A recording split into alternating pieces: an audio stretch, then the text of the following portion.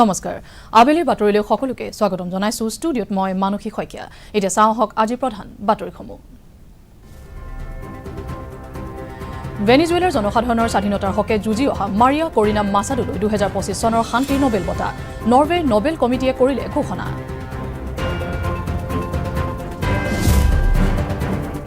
ডিব্ৰুগড়ত মুখ্যমন্ত্ৰী মহিলা উদ্যমিতা অভিযান আঁচনিৰ চেক বিতৰণ মুখ্যমন্ত্ৰী ডক্টৰ হিমন্ত বিশ্ব শৰ্মাৰ জিলাখনৰ প্ৰায় 14,000 মহিলাৰ আঁচনিৰ ধন লাভ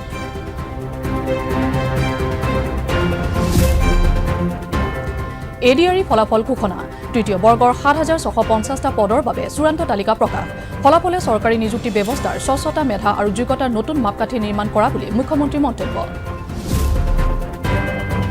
জুবিন গাৰ্গৰ দুগৰাকী দেহৰক্ষী নন্দেশ্বৰ বৰা আৰু পৰেশ বৈশ্য গ্ৰেপ্তাৰ 5 দিনৰ সিআইডি জিম্মালৈ প্ৰেৰণ আদালতৰ সিআইডি কাৰ্যালয়ত হাজিৰ জয়শ্ৰী গোস্বামী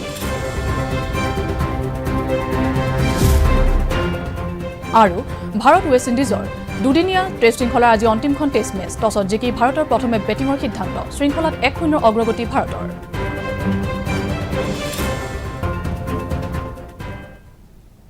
এতিয়া বিতং বাতৰি ভেনিজুৱেলাৰ জনসাধাৰণৰ স্বাধীনতাৰ বাবে দীৰ্ঘদিন ধৰি কাম কৰি অহা মাৰিয়া কৰিনা মাছাদোক 2025 চনৰ শান্তিৰ নোবেল বঁটাৰে সন্মানিত কৰা হৈছে ভেনিজুৱেলাৰ জনসাধাৰণৰ গণতান্ত্ৰিক অধিকাৰৰ বাবে কৰা কাম আৰু একনায়কত্ববাদৰ পৰা গণতন্ত্ৰলৈ ন্যায়সংগত আৰু শান্তিপূৰ্ণ পৰিৱৰ্তন সাধনৰ বাবে কৰা সংগ্ৰামৰ বাবে নৰৱেৰ নোবেল কমিটিয়ে 2025 চনৰ শান্তিৰ নোবেল বঁটা তেওঁক প্ৰদানৰ সিদ্ধান্ত লয় উল্লেখযোগ্য যে বিগত এটা বছৰত শান্তিৰ নোবেল বঁটা বিজয়ী মাৰিয়া কৰিনা মাছাদোৱে আত্মগোপন কৰি থাকিবলৈ বাধ্য হৈছে জীৱনৰ প্ৰতি ভাবুকি আহিলেও তেওঁ দেশতে থকা বিষয়টোৱে লাখ লাখ লোকক অনুপ্ৰাণিত কৰিছে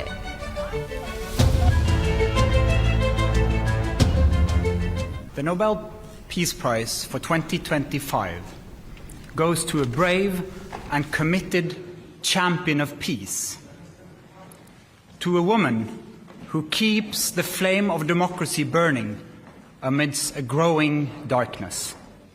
The Norwegian Nobel Committee has decided to award the Nobel Peace Prize for 2025 to Maria Corina Machado.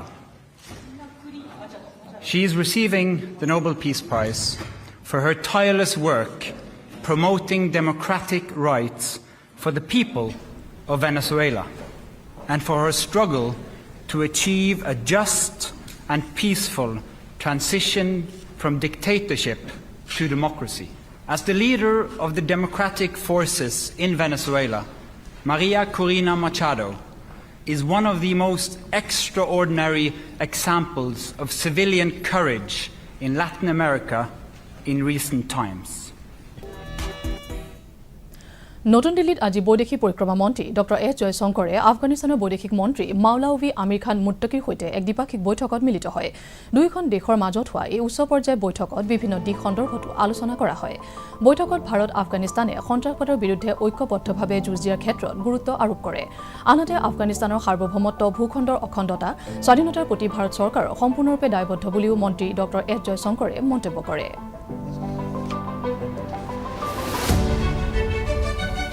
We have had opportunities to speak to each other, once after the Pahalgam terrorist attack and the second time after the Kunar and Nangarhar earthquake.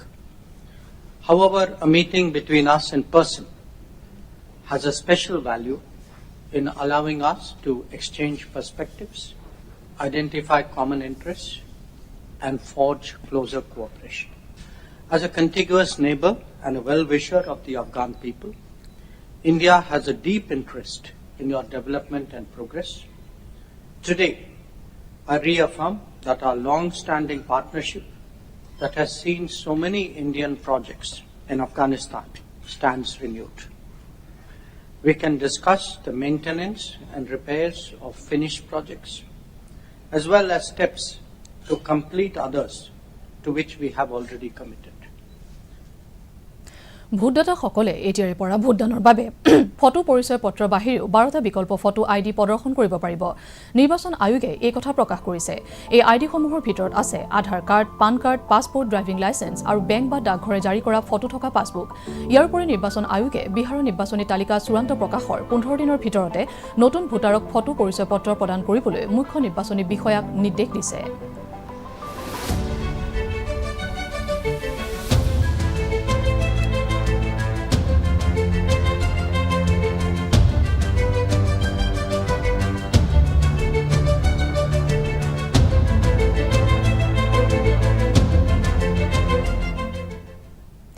নীতি আয়োগৰ মুখ্য কাৰ্যবাহী বিষয়া BVR সুব্ৰমণ্যমে আজি নতুন দিল্লীত কৰ নীতিৰ ৱৰ্কিং পেপাৰ সিৰিজৰ দ্বিতীয়টো সংস্কৰণ মুকলি কৰে। এই প্ৰতিবেদনত আয়কৰ বিভাগৰ গোচৰ সন্দৰ্ভত নিৰ্দেশনা অন্তৰ্ভুক্ত কৰা হৈছে। আয়কৰ বিষয়াসকলক সঠিক গোচৰত বিচাৰ চলোৱাত সহায় কৰাই এই নিৰ্দেশনাসমূহৰ প্ৰধান লক্ষ্য। নীতি আয়োগৰ মুখ্য কাৰ্যবাহী বিষয়াগৰাকীয়ে দেশত বিশ্বমানৰ কৰ ব্যৱস্থা গঢ়ি তোলাৰ পৰিকল্পনাৰ বিষয়ে উল্লেখ কৰে। I think that is the entire philosophy in which all these recommendations are coming. You will also notice that we are not talking about tax rates. We are all talking about tax policies and tax processes. I think the government more than understands this. That is why it has come out with a new tax act. It's been a remarkable compression by almost 1/3, both in terms of size as well as the number of sections and the number of pages, and some simplification. But we are continuing this work because there is scope for further improvement. So I think Sandeep's presentation gave you a broad idea. Why should anybody be criminalized for an act? There has to be a reason for it. Any punishment has to be proportional to the offense, and two, it has to lead to some outcome which we want. Okay. ডিব্ৰুগড়ৰ খনিকৰস্থিত খেলপথাৰত মুখ্যমন্ত্ৰী doctor Himanta Biswa শৰ্মাই আজি মুখ্যমন্ত্ৰী মহিলা উদ্যমিতা অভিযান আঁচনিৰ অধীনত চেক বিতৰণ কৰে। ডিব্ৰুগড় বিধানসভা সমষ্টিৰ প্ৰায় 14,000 মহিলাক 10,000 টকাৰ চেক প্ৰদান কৰা হয়। মহিলাসকলৰ সবলীকৰণৰ লক্ষ্যৰে এই আঁচনিখন ৰূপায়িত কৰা হৈছে বুলি মুখ্যমন্ত্ৰীগৰাকীয়ে অনুষ্ঠানত ভাষণত উল্লেখ কৰে। কেন্দ্ৰীয় মন্ত্ৰী সৰ্বানন্দ সোণোৱাল, অসম চৰকাৰৰ কেবিনেট মন্ত্ৰী প্ৰশান্ত ফুকন, বিমল বৰাৰ লগতে কেইবাগৰাকীও মন্ত্ৰী বিধায়ক এই অনুষ্ঠানত উপস্থিত থাকে।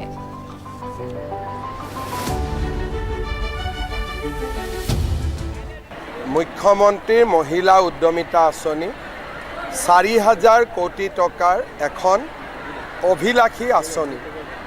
এই আঁচনিখনৰ জৰিয়তে আত্মসহায়ক গোটৰ প্ৰতিগৰাকী সদস্যক ব্যক্তিগতভাৱে 10,000 টকা, পৰৱৰ্তী সময়ত 25 আৰু 50,000 টকা প্ৰদান কৰা হ'ব। আজি আমি ডিব্ৰুগড় বিধানসভা সমষ্টিৰ 14,000তকৈও অধিক আই মাতৃক মুখ্যমন্ত্ৰীৰ মহিলা উদ্যমিতা আঁচনিৰ ধন বিতৰণ কৰিলোঁ। সঁচাকৈয়ে মই আনন্দিত যে এটা বহুত ডাঙৰ আৰু কেতিয়াও কল্পনা কৰিব নোৱাৰা বৃহৎ আঁচনি এটা আজি আমি ৰূপায়ণ কৰিব পাৰিছোঁ। অসম প্ৰত্যক্ষ নিযুক্তি পৰীক্ষা চমুকৈ ADR ফলাফল আজি ঘোষণা কৰা হয়। সেই অনুসৰি তৃতীয় বৰ্গৰ 7,650টা পদৰ বাবে চূড়ান্ত তালিকা প্ৰকাশ কৰা হয়। উল্লেখযোগ্য যে ৰাজ্য চৰকাৰৰ মুঠ 50টা বিভাগত উত্তীৰ্ণ প্ৰাৰ্থীয়ে নিযুক্তি লাভ কৰিব। ফলাফল ঘোষণাৰ পূৰ্বে অতিৰিক্ত মুখ্য সচিব AP তিৱাৰীয়ে এখন সংবাদমেল সম্বোধন কৰে। স্কিল টেষ্টৰ যোনটো ৰিজাল্ট, যোনটো মাৰ্কছ পাইছে, সেইখিনি মাৰ্কছ আমি যোগ কৰিলোঁ ৰিটেন এক্সামিনেশ্যনত পোৱা মাৰ্কছৰ লগত। তাৰপিছত আজি সেই দুটা মাৰ্কছ যোগ কৰি পেলাই আজি যোনটো ফলাফল ওলাব সেই মেৰিট লিষ্টৰ আধাৰত হ'ব। আৰু আমাৰ 7,650টা ছিটৰ কাৰণে আমি আজি ফলাফলটো দিম। ইয়াৰ পিছত আমি সেই গোটেইখন ৰিজাল্ট মেৰিট আকাৰে আমি আৰু ডিপাৰ্টমেণ্ট ৱাইজ আমি ৰেণ্ডামাইজ কৰি পেলাই ভগাই দিব লাগিব, কাৰণ 7,650টা ভেকেঞ্চি এই ডিপাৰ্টমেণ্ট ৱাইজ আছে। গতিকে বিভিন্ন ডিপাৰ্টমেণ্ট 50টা ডিপাৰ্টমেণ্ট গভৰ্ণমেণ্টৰ 50টা ডিপাৰ্টমেণ্টে নিজৰ নিজৰ ভেকেঞ্চি দিছিলে কমিশ্যনলৈ। গতিকে কমিশ্যনে যেতিয়া যোগ কৰিলে 7,650টা ভেকেঞ্চি, তাৰে ভিতৰত আপোনাৰ আটাইতকৈ বেছি আছিলে ভেকেঞ্চি এগ্ৰিকালচাৰ ডিপাৰ্টমেণ্টৰ। আমি খুব ষ্ট্ৰিক্ট এটা বাতাবৰণ, এটা মাহল এটা ক্ৰিয়েট কৰিছিলোঁ, য'ত নেকি প্ৰাৰ্থীবিলাকে ভাবিব লাগে যে আমি এটা শুদ্ধ প্ৰক্ৰিয়াৰ থ্ৰু দি, নিকা প্ৰক্ৰিয়াৰ থ্ৰু দি আমাৰ মেৰিটৰিয়াছ ছিলেকশ্যন হৈ আছে on the basis of the merit. আনহাতে অসম প্ৰত্যক্ষ নিযুক্তি পৰীক্ষা চমুকৈ ADR আজি ফলাফল ঘোষণাৰ পাছতে মুখ্যমন্ত্ৰী ডক্টৰ হিমন্ত বিশ্ব শৰ্মাই প্ৰতিক্ৰিয়া প্ৰকাশ কৰিছে। এই ফলাফলে চৰকাৰী নিযুক্তি ব্যৱস্থাৰ স্বচ্ছতা, মেধা আৰু যোগ্যতাৰ এক নতুন মাপকাঠি নিৰ্মাণ কৰা বুলি তেওঁ উল্লেখ কৰে। চৰকাৰে 1 লাখ নিযুক্তিৰ প্ৰতিশ্ৰুতি দিছিল যদিও তাতকৈ বহু বেছি নিযুক্তি প্ৰদানেৰে ৰাজ্য চৰকাৰে অভিলেখ গঢ়িবলৈ সক্ষম হোৱাৰ কথাও মুখ্যমন্ত্ৰীগৰাকীয়ে সদৰি কৰে। তেওঁ এয়া ৰাজ্যৰ যুৱক যুৱতীসকলৰ প্ৰতি চৰকাৰৰ দায়বদ্ধতাৰ প্ৰকৃত উদাহৰণ বুলি জনায়।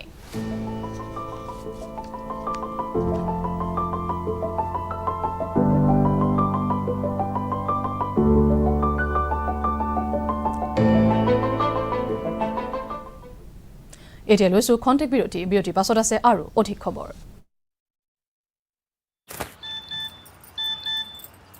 হৈ গ'ল ব্যৱস্থা কিহৰ গুড্ডিৰ ফিজৰ চাওচোন 20,000 টকাৰ লোন টটালিকে জানানে কোনে দিছে সুদ বা কিমান লোন নিয়ন্ত্ৰিত সংস্থাৰ পৰাহে ল'ব লাগে ধাৰ হিমান প্ৰয়োজন যিমান তাকো চাই চিতি হৈ গ'ল ব্যৱস্থা দৰমহা এডভান্সত দিছো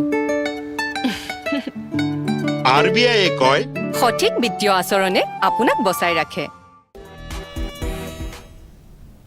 বিৰতিৰ পাছত স্বাগতম জনাইছো বাতৰি পৰৱৰ্তী অংশলৈ অসম অৰুণাচল প্ৰদেশৰ সীমান্তৱৰ্তী অঞ্চলত বাস কৰা মৰাণ সম্প্ৰদায়ৰ লোকসকলক আজি মন্ত্ৰী পীযুষ হাজৰিকাই এক বিশেষ অনুষ্ঠানত জাতিগত প্ৰমাণপত্ৰ বিতৰণ কৰে তিনিচুকীয়া জিলা প্ৰশাসনৰ উদ্যোগত সদৌ মৰাণ ছাত্ৰ সন্থা আৰু অসম মৰাণ সভা তথা অন্যান্য দল সংগঠনৰ সহযোগত তিনিচুকীয়াৰ ফিলোবাৰীৰ বালিজান ৰাজহুৱা প্ৰেক্ষাগৃহত এই অনুষ্ঠানৰ আয়োজন কৰা হয় উল্লেখ্য যে অসম অৰুণাচল প্ৰদেশৰ সীমান্তৱৰ্তী অঞ্চলত বাস কৰা মৰাণ সম্প্ৰদায়ৰ লোকসকলে বিভিন্ন ক্ষেত্ৰত অসুবিধাৰ সন্মুখীন হৈ আহিছিল তেওঁলোকৰ দীৰ্ঘদিনীয়া সমস্যা সমাধানৰ ক্ষেত্ৰত মুখ্যমন্ত্ৰীৰ প্ৰচেষ্টাত আজি জাতিগত প্ৰমাণপত্ৰ প্ৰদান কৰা হয় তাৰ পাছৰখিনি আমি পৰৱৰ্তী সময়ত মৰাণ ছাত্ৰ সন্থাৰ এটা বহুদিনীয়া দাবী আছিলে যে আমাৰে ভাই আমাৰে ভনী আমাৰে সহোদৰ অৰুণাচলত থকা মৰাণসকলক অসমৰে লাগিলে কোটা আমি দি দিব লাগে বৰ্তমান অসমৰ যি সুবিধা ভোগ কৰি আছে মৰাণসকলে তাকো আপোনালোকক অলপ দি দিব খুজিছে গম পাই নে কথাটো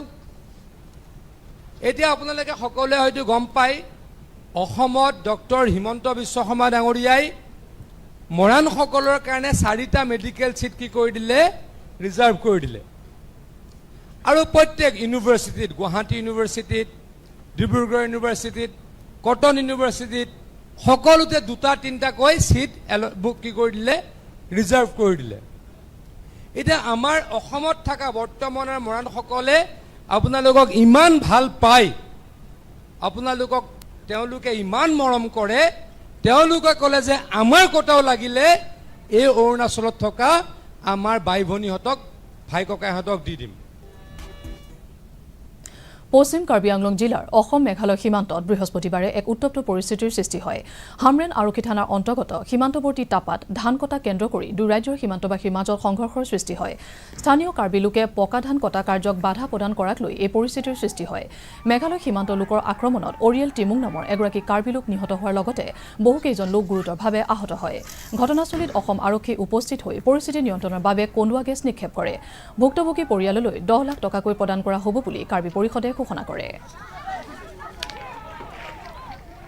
কাৰ্বি আংলং স্থানীয় বাসিন্দা আমাৰ কাৰ্বি যুৱ নেতা তেওঁ যিটো হত্যা কৰা হৈছে মই কাৰ্বি আংলং অট'নমাছ কাউন্সিল হৈ কাৰ্বি আংলং ৰাইজৰ ষ্ট্ৰংলি কণ্ডেম কৰিছোঁ আমাৰ মাটি মেঘালয় চৰকাৰে দিয়া নাই মেঘালয় ষ্টেট নোপোৱা আগতে মেঘালয় ৰাজ্য নোপোৱা আগতে 1951 17 নৱেম্বৰতে আমাৰ ডিষ্ট্ৰিক্ট পাইছোঁ কেন্দ্ৰ চৰকাৰে আমাৰ সীমাটো দিয়া হৈছে আৰু গেজেট নটিফিকেশ্যন আছে গতিকে আমাৰ মাটি যিটো তেওঁলোকৰ দখল কৰিব আহিছে আমিও 1 ইঞ্চিও দিয়া নহ'ব আৰু দিয়া নহয় আৰু নিদিব আৰু ভৱিষ্যতে নিদিব মেঘালয়ৰ মাটি আমি লোৱা নাই আমাৰ নিজৰ মাটি সুৰক্ষা প্ৰটেকশ্যনৰ কাৰণে আমাৰ যুৱক নেতাসকল তাত গৈছে সেই সময় যিটো নেকি পুলিচে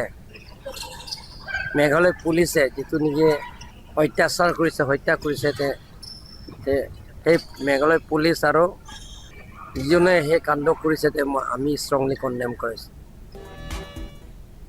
আনহাতে পশ্চিম কাৰ্বি আংলং জিলাত সংঘটিত ঘটনা সন্দৰ্ভত মেঘালয় মুখ্যমন্ত্ৰী কনৰাড চাংমাই প্ৰতিক্ৰিয়া প্ৰকাশ কৰিছে Yes, it's a very unfortunate incident that has happened. This happened yesterday. And the root cause of this problem is the areas of differences in terms of the border area between the state of Assam and Meghalaya. In a place called Lapalang area, which is an area of difference, both Assam and Meghalaya both are claiming that that land is theirs, and of course we are in the talks with Assam, and we are maintaining, as Meghalaya we maintain our stand that it belongs to Meghalaya. Assam is maintaining its stand, it belongs to Assam, but we are discussed and we are trying to resolve this issue. But having said that, we are seeing that in the past also for many decades, the farmers in that area from both sides do their plantation. And during the harvesting season, there always is a problem where one side or the other side stops the farmers from the other side to come in and harvest. So this we have seen for many, many years. Last year also we saw it, the year before that also we saw it. And we try to resolve the issue at the local level by involving the stakeholders and forming peace committees and all these things. So yesterday also there was a harvesting program that was, was going on. And there were enough police forces from both sides. And both the police forces with proper communication were instructed to restrain their own people and not to engage with the other side. So both the police were restraining their own population to not be aggressive and to cool down and to be able to allow the entire process to be done in a peaceful manner. Zubeen গাৰ্গৰ মৃত্যুৰ তদন্ত অব্যাহত আছে। আজি শিল্পীগৰাকীৰ 2 PSO গ্ৰেপ্তাৰ কৰা হয়। 2কে আদালতে 5 দিনৰ CID জিম্মালৈ প্ৰেৰণ কৰিছে। উল্লেখযোগ্য যে আজি CID কাৰ্যালয়ত দ্বিতীয়বাৰৰ বাবে 2 PSO ক্ৰমে নন্দেশ্বৰ বৰা আৰু পৰেশ বৈশ্যক SITয়ে সোধা-পোছা কৰিছিল। আনহাতে ঘটনাৰ সময়ত ছিংগাপুৰত থকা জয়শ্ৰী গোস্বামী আজি CID কাৰ্যালয়ত উপস্থিত হয়। নৰ্থ ইষ্ট ফেষ্টিভেল ফেশ্বন শ্ব'ৰ সৈতে জড়িত জয়শ্ৰী গোস্বামীয়ে SITয়ে সোধা-পোছাৰ বাবে তলব কৰিছে।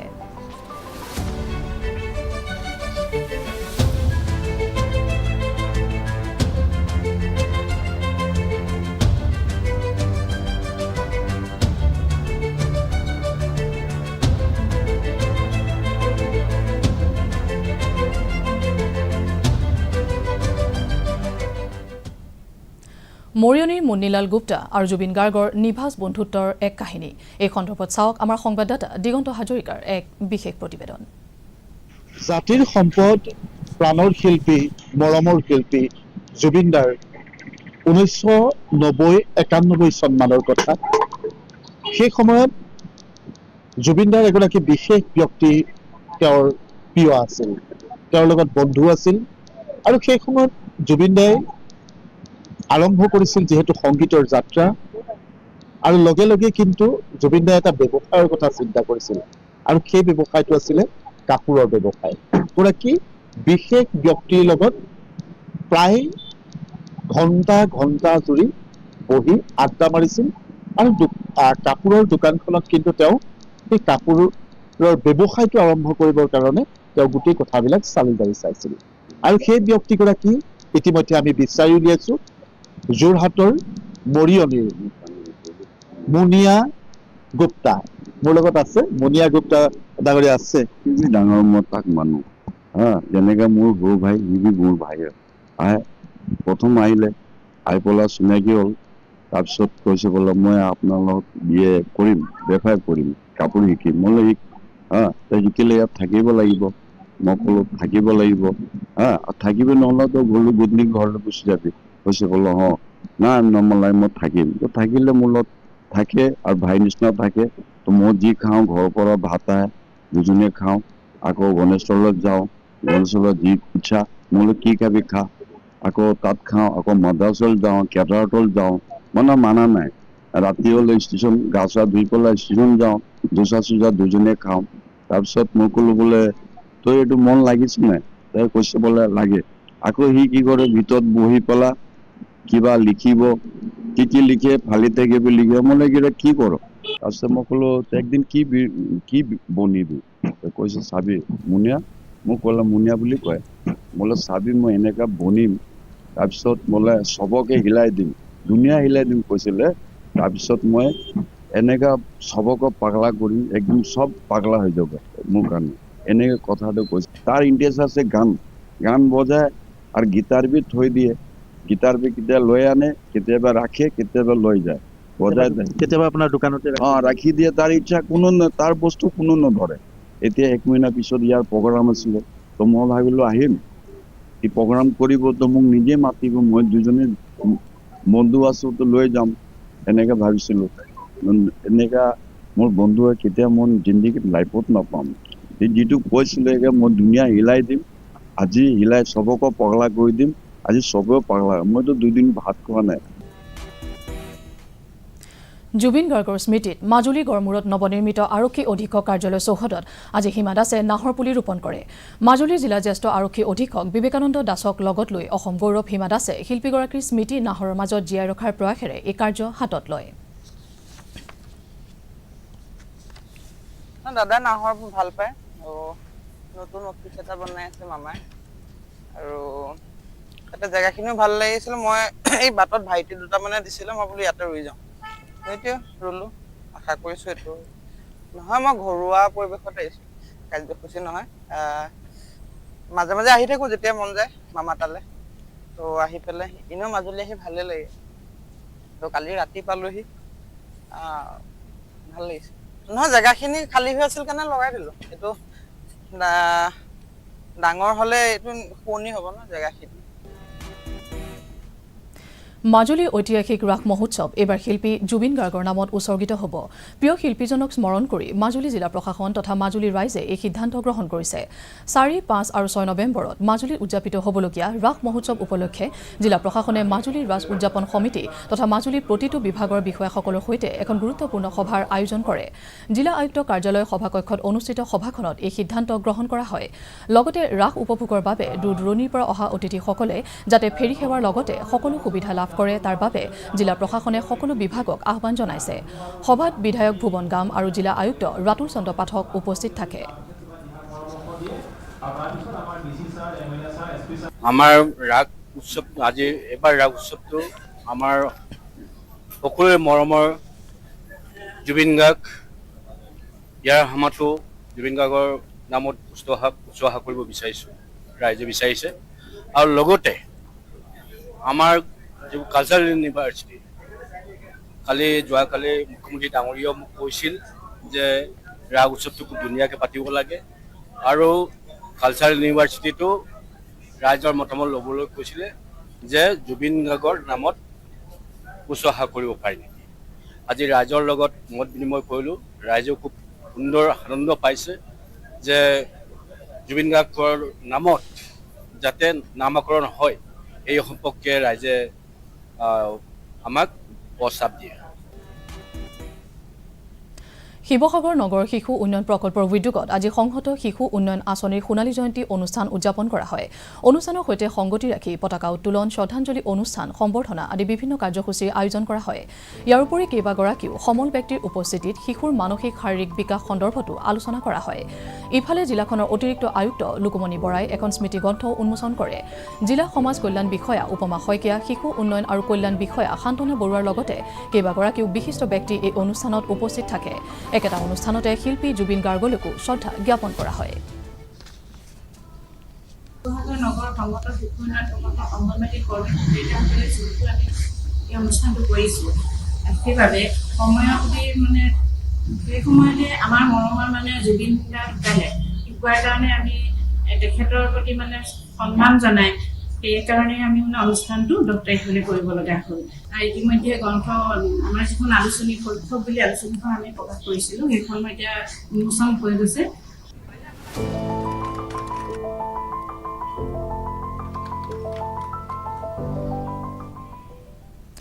দেৰগাঁও গ্ৰন্থমেলা আৰু সাহিত্য উৎসৱ 2025 আজিৰে পৰা আৰম্ভ হৈছে। প্ৰকৃতি সংগঠন আশ্ৰয় উদ্যোগত অনুষ্ঠিত এই গ্ৰন্থমেলা 10 অক্টোবৰৰ পৰা 16 অক্টোবৰলৈকে অনুষ্ঠিত হ'ব। কাব্যঋষি নীলমণি ফুকন ক্ষেত্ৰ নামেৰে নামকৰণ কৰা নৰেন শৰ্মা স্মৃতি পথাৰত গ্ৰন্থমেলাৰ আয়োজন কৰা হৈছে। আগশাৰী কেইবাটাও প্ৰকাশন গোষ্ঠীয়ে এই গ্ৰন্থমেলাত অংশগ্ৰহণ কৰিছে। আনহাতে গ্ৰন্থমেলাখনৰ মূল মঞ্চ জুবিন গাৰ্গ সোঁৱৰণী মঞ্চ হিচাপে নামকৰণ কৰা হৈছে।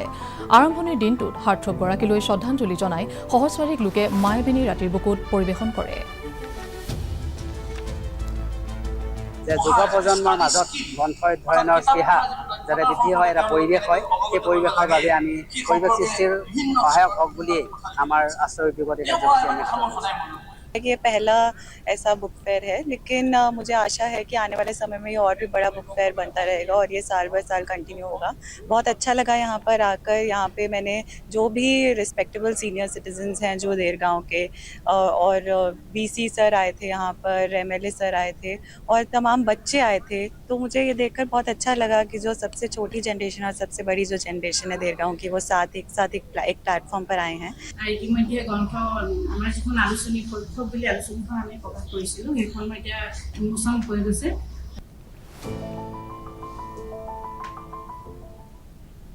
প্ৰধানমন্ত্ৰী উচ্চতৰ শিক্ষা অভিযান অসমৰ অধীনত কোকৰাঝাৰ বিশ্ববিদ্যালয়ৰ মোহিনীমোহন ব্ৰহ্ম প্ৰেক্ষাগৃহত দুদিনীয়াকৈ আয়োজিত শিক্ষক প্ৰশিক্ষণ কাৰ্যসূচীৰ আজি অন্ত পৰে মুঠ 132 গৰাকী শিক্ষকে এই প্ৰশিক্ষণ কাৰ্যসূচীত অংশগ্ৰহণ কৰে শিক্ষা অনুষ্ঠানসমূহত গৱেষণামুখী শৈক্ষিক পৰিৱেশ গঢ়ি তোলাৰ সন্দৰ্ভত এই কাৰ্যসূচীত আলোচনা কৰা হয় আজি প্ৰশিক্ষণৰ অন্তিম দিনটোত কোকৰাঝাৰ বিশ্ববিদ্যালয়ৰ উপাচাৰ্য অধ্যাপক গণেশ ৱাৰীৰ অধ্যক্ষতাত এখন বিদায়ী সভা অনুষ্ঠিত হয় এই প্ৰগ্ৰামটো তাৰমানে খুব ইম্পৰ্টেণ্ট প্ৰগ্ৰাম তাত মানে গুৱাহাটী ইউনিভাৰ্চিটি আৰু কোকৰাঝাৰ ইউনিভাৰ্চিটি দুয়োটাই মিলি পেলাই তাৰমানে MMTV প্ৰগ্ৰাম যিটো আছিলে সেই তেওঁৰ লগত তেওঁ সেই চেণ্টাৰটো গুৱাহাটীত আছে গুৱাহাটীয়ে তাৰমানে আমাক এইটো কলাব দিছে গতিকে এইটো আমাৰ দুদিনীয়া প্ৰগ্ৰাম দুটা ইউনিভাৰ্চিটিৰ লগত কলাবৰেশ্যন কৰি প্ৰগ্ৰামটো কৰা হৈছে ইয়াত মেইনলি টিচাৰসকল আচলতে ডাইনামিক হ'ব লাগে গতিকে টিচাৰ প্লাছ ৰিচাৰ্চ কৰা আমাৰ হেৰিটো হ'ল মানে কাটিং এজ ৰিচাৰ্চ আমি কেনেকৈ কৰিব লাগে তাৰমানে ৰিচাৰ্চ নহ'লে মানে ইউনিভাৰ্চিটি নহয় আৰু টিচিঙৰ লগত সদায় ৰিচাৰ্চ জড়িত হৈ আছে সেইকাৰণে এই প্ৰগ্ৰেমটো তাৰমানে আমি কৰা হৈছে এজোপা বিশেষ গছ আৰু জুবিন গাৰ্গৰ প্ৰিয় গছজোপা সন্দৰ্ভত সাংবাদিক দেৱাশিষ কাঠকটীয়াৰ এক বিশেষ প্ৰতিবেদন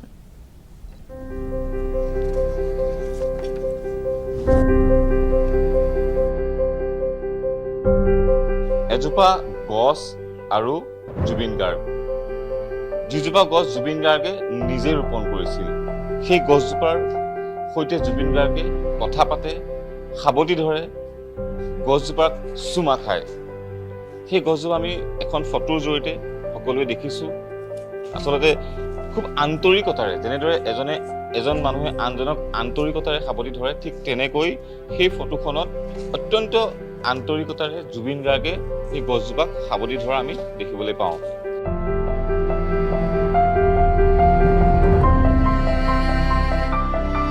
জুবিন গাৰ্গৰ যিটো ঘৰ যোৰহাটৰ বঙালপুখুৰীৰ যিটো ঘৰ সেই ঘৰটোৰ পৰা সেই পৰিৱেশ দেখুৱাই আছো ইতিমধ্যে গছজোপা ভাগি পৰিছে সেইজোপা পাইন গছ যিজোপা গছ জুবিন গাৰ্গে নিজেই ৰোপণ কৰিছিল এটা কথা কৈছিলে তেখেতৰ যিমান নাম হ'ব সিমানেই গছজোপা হ'ব মানে তেখেতে কৈছিলে গছজোপা যিমানে উচ্চতালৈ যাব মানে মই যিমান ওপৰলৈ যাম এই গছজোপা সিমান ওপৰ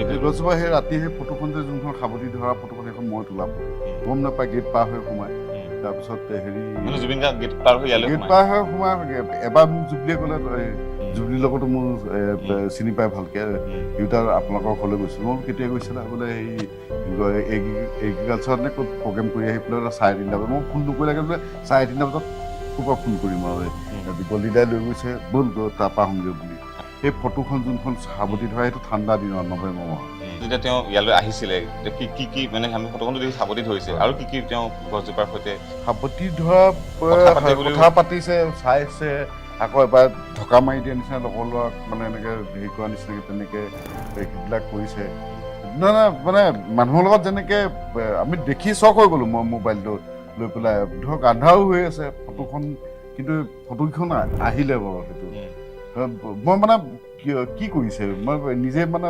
হেৰি দেখি পেলাই তেওঁ আৰু কিবা কয় নেকি যেতিয়া আপোনালোক ঘৰটোৰ মালিকী স্বত্ব হস্তান্তৰ হ'ল তাৰপাছত তেওঁ গছজোপাৰ কথা কিয় কয় নেকি ঘৰলৈ আহিলে গছজোপা বিকা নাই ঘৰটোহে বিকিছোঁ গছজোপা ভালকৈ ৰাখিব যিমান বাৰ আহিছে প্ৰায়টো আমি শিল্পী জুবিন গাৰ্গৰ সপোন আছিল এখন বৰ অসমৰ কথা কাম গীত সকলোতে দেখা গৈছিল তেওঁৰে প্ৰচেষ্টা পাহাৰ ভৈয়ামৰ সকলো জনগোষ্ঠীৰ কথা কৈছিল গীতৰ মাজেৰে এই সকলো সামৰি চাওক মধুমিতা গোস্বামীৰ সৈতে সন্ধিয়া 7:30 বজাত আজি প্ৰাইম টাইম চৰ্চা দুচকুত বৰ অসমৰ সপোন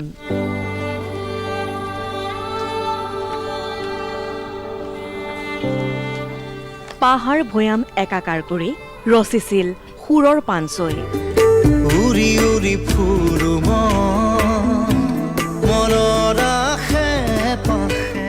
তেওঁৰ গীতত বড়ো ৰাভা ঝুমুৰ তিৱাৰ সুৰ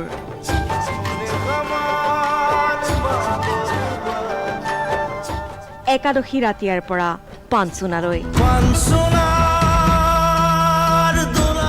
ঐনিতমৰ পৰা চিৰিচিৰিলৈ সকলো সামৰি আজিৰ প্ৰাইম টাইম চৰ্চাত বৰ অসমৰ জুবিন সন্ধিয়া 7:30 বজাত লাইভ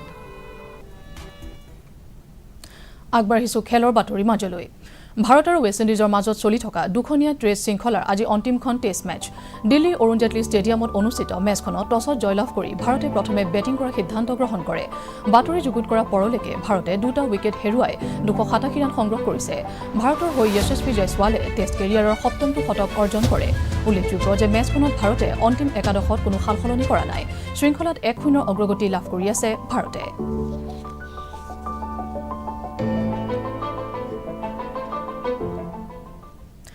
গুৱাহাটীৰ বৰ্ষাপাৰা ষ্টেডিয়ামত অনুষ্ঠিত ICC মহিলা এদিনীয়া বিশ্বকাপৰ এখন গুৰুত্বপূৰ্ণ মেচত বাংলাদেশৰ বিৰুদ্ধে নিউজিলেণ্ড অৱতীৰ্ণ হৈছে টছত জিকি নিউজিলেণ্ডে প্ৰথমে বেটিঙৰ সিদ্ধান্ত গ্ৰহণ কৰে বাতৰি যুগুতোৱা পৰলৈকে নিউজিলেণ্ডে 3টা উইকেট হেৰুৱাই 49 ৰান সংগ্ৰহ কৰিছে উল্লেখযোগ্য যে কালি ভাৰতৰ বিৰুদ্ধে দক্ষিণ আফ্ৰিকাই 3 উইকেটত জয়লাভ কৰে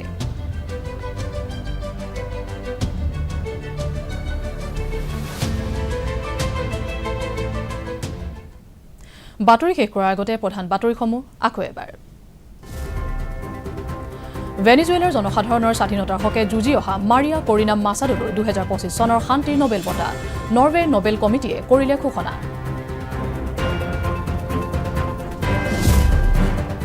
ডিব্ৰুগড়ত মুখ্যমন্ত্ৰী মহিলা উদ্যমিতা অভিযান আঁচনিৰ চেক বিতৰণ মুখ্যমন্ত্ৰী ডক্টৰ হিমন্ত বিশ্ব শৰ্মাৰ জিলাখনৰ প্ৰায় 14,000 মহিলাৰ আঁচনিৰ ধন লাভ